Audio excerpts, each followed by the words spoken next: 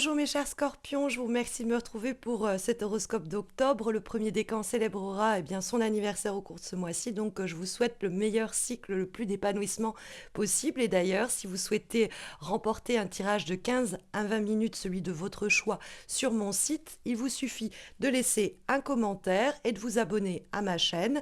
Votre commentaire sera peut-être tiré en sort et vous remporterez donc le tirage de votre choix de 15 à 20 minutes sur mon site missmojorising.com. Mais on va se recentrer autour des énergies de ce mois d'octobre avec des consignes très claires. Alors, vous avez peut-être une certaine ambition au cours du mois d'octobre. Vous l'avez peut-être déjà en tête à l'heure qu'il est, mais elle pourrait surgir plus simplement, cette ambition, au cours des semaines qui viennent, quand on voit surgir en vibration la présence du 3 de bâton. C'est une carte qui vous encourage en plus à avoir de la suite dans les idées, à avoir de l'ambition, de l'audace, à vous projeter sur du moyen à long terme et de cesser au fond de naviguer à vue, c'est-à-dire un pas devant l'autre sans trop savoir où l'on va, dans une relation, dans un projet, sur le plan de la carrière, qu'importe. Mais on vous dit effectivement d'avoir des ambitions vraiment à la hauteur de vos envies, de ne pas revoir vos objectifs à la baisse et même d'être en capacité d'envisager des choses sur du long terme, quoi. Ça, c'est le 3 de bâton et c'est l'envie, le désir, le feu et l'action. Et ça vibre comme ça au-dessus de votre mois d'octobre. Donc, on vous dit de ne pas perdre vos moyens, de ne pas perdre vos objectifs de vue, mais pour autant, ce n'est pas encore le moment de passer à l'action. On serait peut-être dans l'idée qu'il va vous falloir, au cours du mois d'octobre, peaufiner quelque chose. Parce que la carte que nous trouvons dans les énergies qui vous sont favorables pour les semaines qui viennent, c'est la carte du 4 de denier que nous trouvons. Or, la carte du 4 de denier, elle évoque quelquefois des résistances au changement. Donc, vous pourriez avoir des ambitions, des projets au sein de votre structure, dans la relation, quelle qu'elle soit, et vous faites face à quelqu'un qui a quelques réserves, qui préfère la jouer sécurité, qui n'a pas envie de prendre des risques. Et donc, il va falloir dialoguer avec cette personne. Quand on voit le cavalier d'épée, il va falloir discuter avec elle.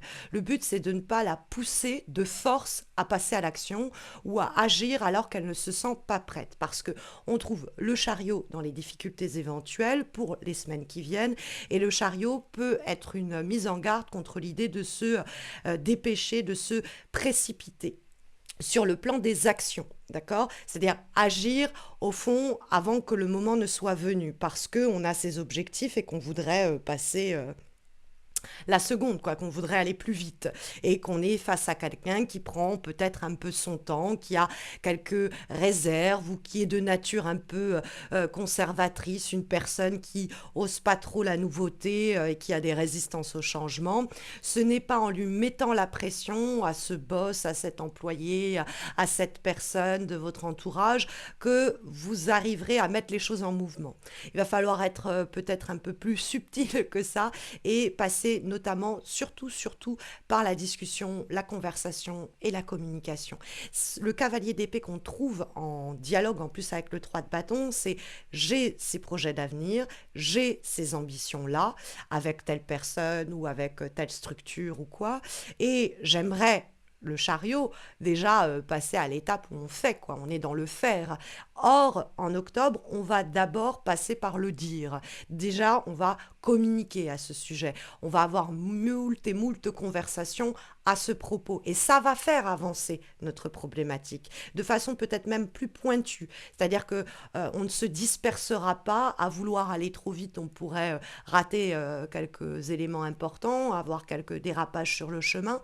Alors que si on est plutôt dans l'attitude du cavalier d'épée qui veut aussi avancer, mais qui avance d'abord sur un plan théorique ou sur un plan de la communication, on en parle avant et puis ça permet de mettre en mouvement les choses ou alors on y réfléchit en amont pour que quand on s'exprime à ce sujet, notre pensée soit super cohérente et puis très intelligente, qu'elle fasse mouche et puis qu'on nous dise bah allez-y au fond et que les résistances qu'on vous opposait finissent par voler en éclats parce que justement vous avez eu cette jugeote de bien peaufiner tout, de bien comprendre et d'avoir les arguments voilà imparables pour faire avancer la problématique. Après le 4 de denier, ça peut être vos propres résistances qu'il va falloir combattre sur un plan très pragmatique, il va falloir s'offrir des sécurités sécurité, des assurances, entre guillemets, un filet comme ça de sécurité.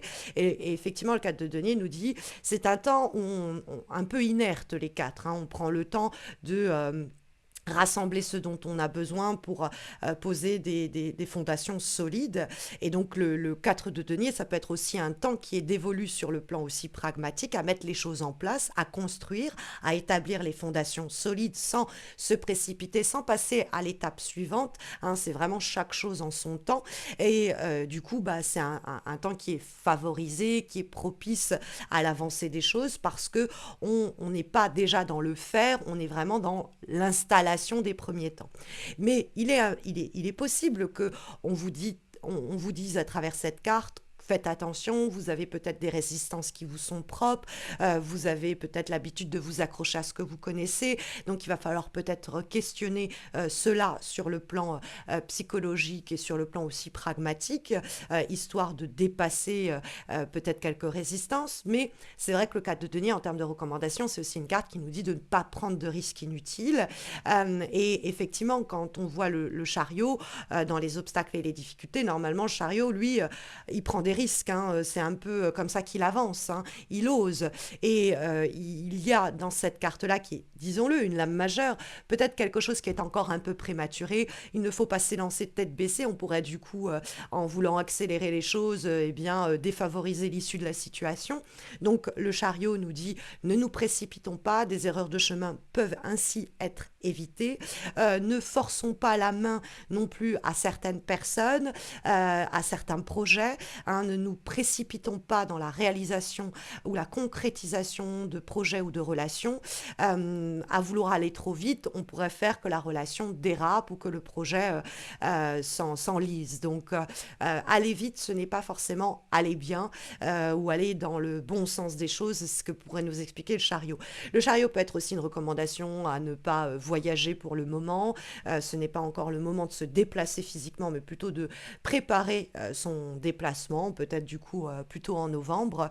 Ça peut être aussi son départ vers de nouveaux horizons que le chariot peut représenter. Parce que, encore une fois, en guise de vibration, mes chers scorpions, nous avons tout de même la carte du 3 de bâton, qui est une carte de feu. On le voit bien comment elle est rougeoyante, orangée et jaune.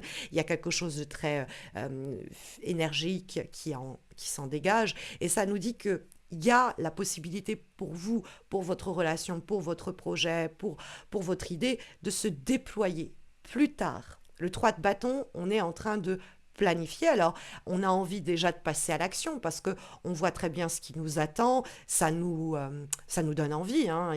Avec le 3 de bâton, il y a du désir. Mais on est encore dans la planification des éléments et des événements quand on voit que ce 3 de bâton dialogue avec pour issue le cavalier d'épée. Ce cavalier d'épée, ça peut être quelqu'un avec qui tout cela satellise, c'est-à-dire un signe d'air, Gémeaux, Balance, Verseau, et donc les interactions et les éléments énoncés autour des personnes professionnelles ou personnelles avec qui il faut pas forcer à qui il faut pas forcer la main, se précipiter. Ça peut être plus spécifiquement avec un signe d'air, Gémeaux, Balance, Verseau, qui en plus sont des signes qui effectivement ont besoin d'être rassurés sur le plan théorique avant de se lancer sur le plan pratique. Donc c'est peut-être cette personne que vous devez convaincre. Mais le cavalier d'épée, c'est peut-être plus simplement vous. C'est-à-dire que même si vous n'êtes pas signe d'air, vous apparaissez ici sur le plan psychologique et intellectuel dans l'idée de aiguiser une pensée, l'idée de foncer intellectuellement ou en tout cas sur le plan peut-être de la communication et des échanges, discuter, dialoguer, parler, réfléchir, hein, tout ce que je vous disais déjà avec ce cavalier d'épée, et ça va vous mettre sur une voie. C'est-à-dire que ensuite les barrages vont sauter. Alors que si on se précipite et qu'on réfléchit pas le chemin et l'itinéraire le plus intelligent, en tout cas le plus prudent, on pourrait ne faire que rencontrer des barrages, des barrages, des barrages et se décourager soi-même. Donc on a cette idée d'un temps que l'on prend pour structurer le projet, sans prendre de risques inutiles, sans se précipiter, sans forcer la main, parce que les ambitions et les perspectives d'avenir que nous avons, on a les moyens de les faire avancer concrètement sur les semaines qui viennent. Il y a un vrai bond qui peut être fait. L'idée du déclic, d'ailleurs, on le reverra un petit peu plus tard, puisque nous avons aussi des cartes de guidance pour les semaines qui viennent, avec comme première guidance une lame issue de l'oracle des gardiennes du ciel, Et nous avons la carte de la nouvelle Amazone. Bon, alors l'Amazone, il y a quelque chose de combatif qu'on retrouve un peu à la fois dans le droit de bâton, dans la vivacité et pugnacité de celui-ci, et puis dans le cavalier d'épée, parce que même si c'est sur le plan mental ou le plan théorique, il y a quelque chose quand même qui fonce, hein, qui ne se pose pas de questions. Et la carte de la nouvelle Amazone, c'est l'idée de déployer votre intelligence créatrice. Donc, il faut savoir que les épées, c'est l'intelligence, c'est la parole, la communication, donc ce qu'on exprime parce qu'on a réfléchi et appréhender les choses, donc comment on extériorise notre pensée par la parole. Mais ici, on revient à l'idée de l'intelligence, de l'intellect et du mental que l'on doit déployer. C'est aussi une carte qui nous dit de privilégier au cours des semaines qui viennent la fluidité, c'est-à-dire de ne pas forcer les barrages, hein, de marcher là où ça pousse pour vous, là où c'est vert, là où les énergies sont positives. On vous encourage à ne pas passer euh, en force, hein, vous avez par la force pour atteindre vos objectifs, mais plutôt de les laisser venir à vous, hein, et de les réfléchir, on l'a vu avec le cavalier d'épée. Donc de ne pas lutter au fond à contre-courant, d'épouser les énergies, parce qu'il y a plein de ressources, plein de talents, plein de choses à exprimer. On a l'idée que vous allez même renouer peut-être avec votre essence créative et créatrice au cours des semaines qui viennent. Mais donc on vous dit, voilà, soyez intelligent, intelligente, ne forcez pas les choses et tout va se mettre en place presque, hein, et vous allez déployer peut-être sur le plan intellectuel des ressources de diplomatie, d'intelligence, de stratégie qui feront avancer les choses et qui peuvent permettre une ouverture, un déclic, puisque on a en effet comme dernière guidance et recommandation pour les semaines qui viennent, une lame qui est là plutôt pour vous donner des recommandations sur les relations humaines, parce que c'est l'oracle du langage amoureux, et donc peut-être même les relations amoureuse. Et nous avons la carte donc de l'ouverture, la possibilité, l'opportunité et le déclic. Voilà les thématiques qui sont associées à cette énergie, qui nous parlent donc d'une ouverture qui se produit, l'idée que les choses changent, que ça bouge, que ça évolue, et puis pour votre plus grand plaisir. Et donc que de nouvelles opportunités vont se faire jour.